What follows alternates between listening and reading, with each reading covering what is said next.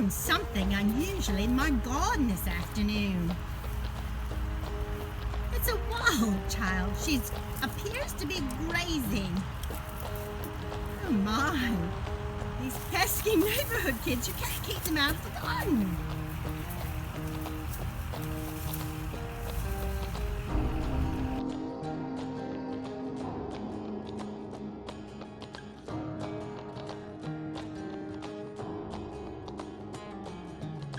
Hi, this is Dash at Bloom Where You're Planted, and I'm right here in back of the summer garden.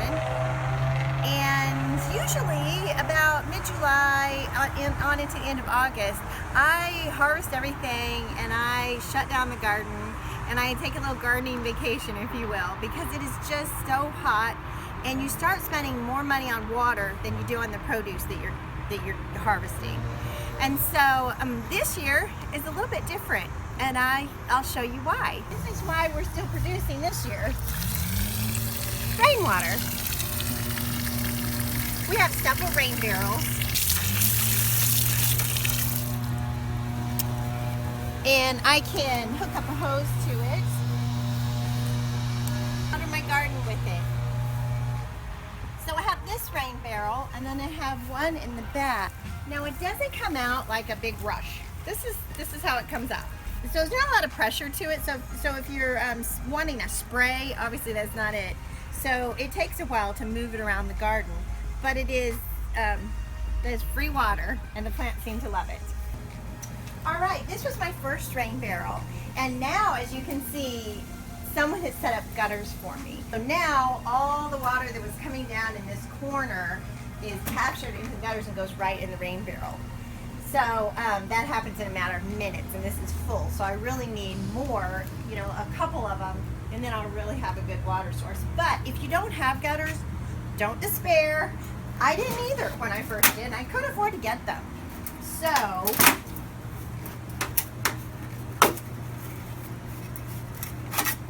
this is what I did in the beginning. I just drilled holes, and the water is coming in a torrent here in the corner, and I just let it come in those holes, and I had a net there.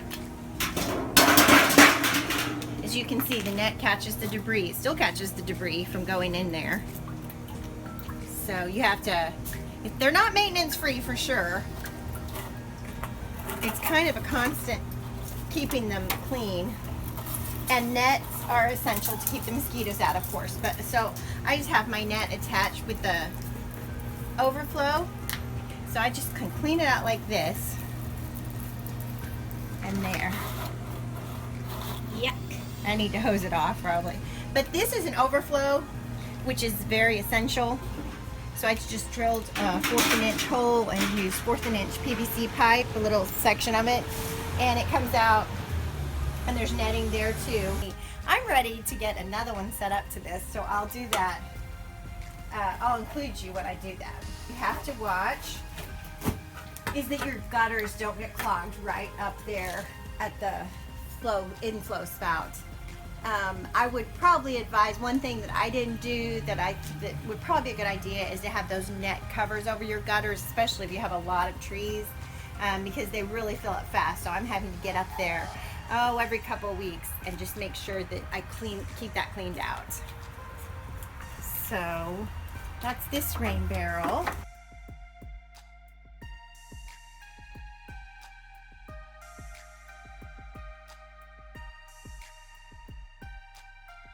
Okay, the first thing you need to do is check your city regulations if you want a rain barrel. My city, since I live on a corner, I'm not allowed to have one facing the street side, because that would be unsightly, of course, conserving water and all that. Anyway, so I can have it between the houses, but I must have it screened with either a 6-foot high fence or shrubbery, and there's an approved list that the city puts out on their website of approved shrubbery that I can screen it with. So I think they're looking for something. It looked like they were looking for something evergreen to screen it with. So there are a lot of rules involved. Find out before you do it what rules are for your city. Some cities don't allow them, believe it or not. The city real close to me doesn't allow them.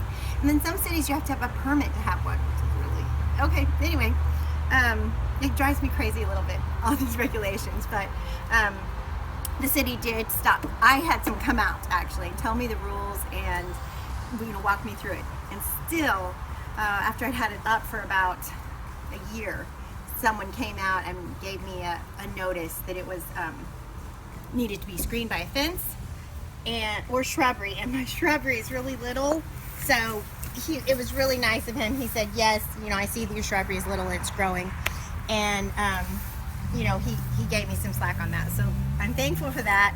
And my shrubbery is not approved by the city website because I want to grow things with food. The next step after seeing what your city regulations are, is getting your barrel. So I went on Craigslist and I got a food grade, I think this is a 55-gallon barrel, and it still smelled like green tea, and it still had that big label that said green tea on it, so I knew it had been used for food, so that was great. And it has a clasp system. Let's see, kind of locks. Yeah, I've actually never ever seen you open this one before. Yeah, this is my favorite kind of system. There are some different ones, but mine has a clasp system. You can get a blue barrel, but you have to paint it with a plastic paint, and be forewarned that a friend of mine painted hers with plastic paint and it just peeled right off. So I think you probably have to sand it or do some sort of primer for plastic. I don't know, but this is I like the gray color. I got it because it kind of blends a lot more than the blue. I think the city, or maybe the neighbors, we have kind of a complaint-driven system, they would have a fit of the blue one. Anyway, so next you need your gutters. So, and then I went to the store and I got this downspout. I already had it when they came to install the gutters. So it's a flexible downspout. It was a few dollars at the big home improvement store, and they just attached it with a screw, or I attached it with a screw, I think.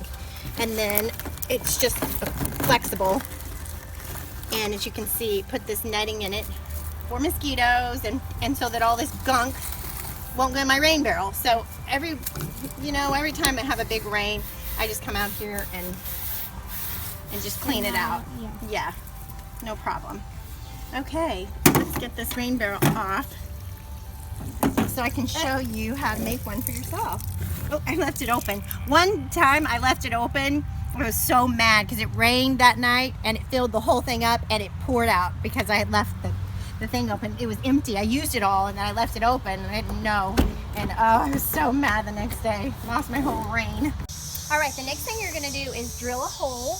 You'll need a hole saw bit for your drill and 1.5 inches here in your rain barrel. You're gonna need to have picked this up ahead of time, a bulkhead union. And it's a 1/2 inch bulkhead union. In the package it comes out like this, and one part of it, the part that goes in the rain barrel, of course, fits that size of the 1.5 inch hole that you've got. This is a 1/2 inch hole. This is gonna hold your hose bib. So let me put that in there. So this part goes in like that, and whitewasher on this one. And I'm just gonna screw it in. And it goes the opposite way that you would normally screw something in, but it has an arrow in it that says tighter, so it's kind of hard to mess that up. And then we're gonna put in our hose bib, if I can find it. It's under the, There it is.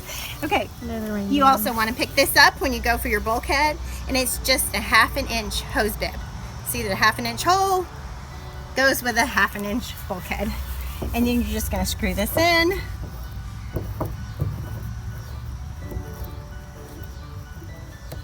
Pretty simple. Tighten it up. And here's on and off. So then, it's important that you raise your rain barrel off the ground.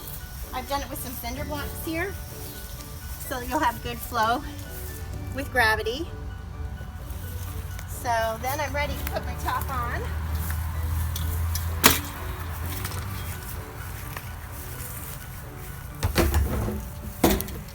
And of course, don't forget, I'm forgetting the overflow valve. This was a 1/4 of an inch, again, drill head with my drill, and then a 1/4 of an inch PVC pipe with the netting in here. And the netting, I just used an old screen I had. So just as long as mosquitoes can't get in. Like It window just- screen? Yeah, Yeah. It was some window screen, yeah, that I had a roll of.